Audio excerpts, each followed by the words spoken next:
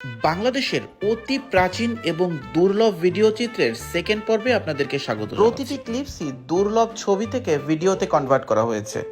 এই চিত্রটি 1967 সালের। এটি জিপিওর পাশে বাইতুল মোকাররম মার্কেট।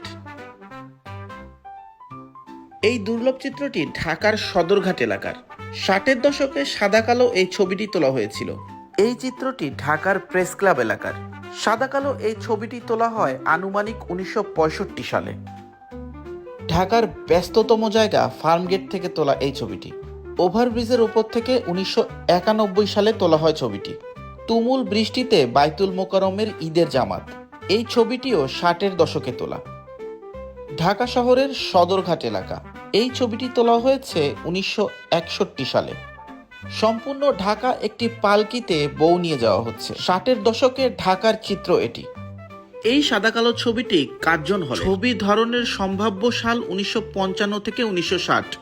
ঢাকার ব্যস্ত সদরঘাটের চিত্র এটি। ওই সময়টাতে গরুর গাড়ি খুব কমন ছিল। এই ছবিটিও 60-এর দশকে তোলা। 90-এর দশকে ঢাকার রাস্তার ছবি এটি। এই ছবিটি তোলা 1965 সালে। ড্যামরার একটি কাঁচ ফ্যাক্টরির সামনের চিত্র এটি। এই চিত্রটি 1978 সালের। গুলিস্তান সিনেমা হলের সামনে থেকে তোলা ছবিটি। প্রতিটি রিয়েল ছবিকে এআই এর মাধ্যমে কনভার্ট করে ভিডিও তৈরি করা হয়েছে। এমন আরও কিছু দুষ্প্রাপ্য ছবি দেখতে চাইলে কমেন্টে জানাতে পারেন।